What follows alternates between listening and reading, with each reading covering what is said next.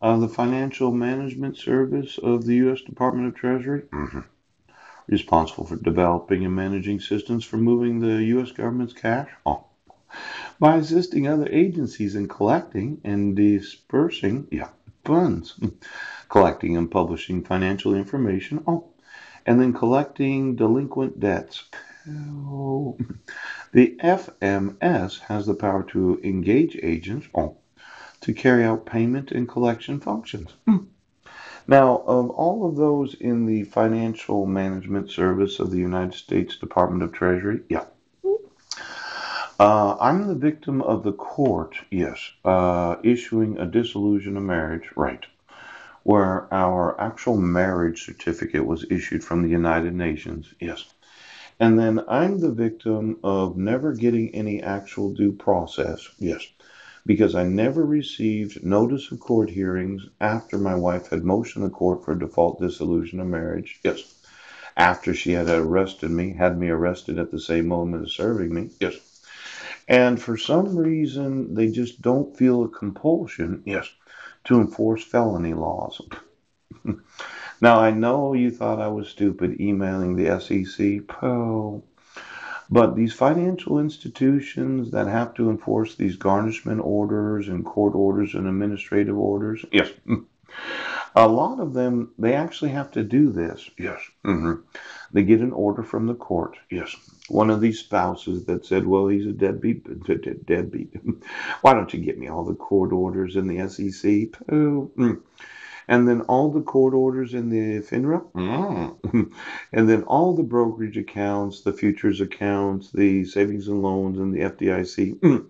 It looks like this court really thinks that you can use forgeries to issue court orders. Yes. You don't have to enforce the actual rights of the individuals. Yes. And then there's this issue of what's known as the forgery of the court officer. Oh, wow. Now, since there was no possible way to verify the actual identity of the petitioner, yes, and I'm kind of thinking that IQ didn't require a W-9 at the time of the garnishment order, yes, and child support services wanting me to learn my lesson that I needed to get my ass out there and get a job and support my children. Yes, yes, yes. You know, I've heard that more than once. Yes. My Uncle Wayne, Sandra Taylor, Laurel Ann Argyle. Yes. That I've been skirting my responsibilities as a father. Poop. Well, I would say that you've been skirting your responsibilities as a court. Yes. To make sure that you protect the rights of the respondent. Yes. And the 5 minors named. I'd say you've been skirting your responsibilities as law enforcement for your refusal to enforce forgery laws. Yes. Your refusal, yes, to enforce the forgery laws that involve the petitioner. Yes, right now. And then your refusal to enforce the fraud laws that makes it financial institution fraud. Yes. To issue any court order. Yes. Where you have no proof of court service prior to having court hearing.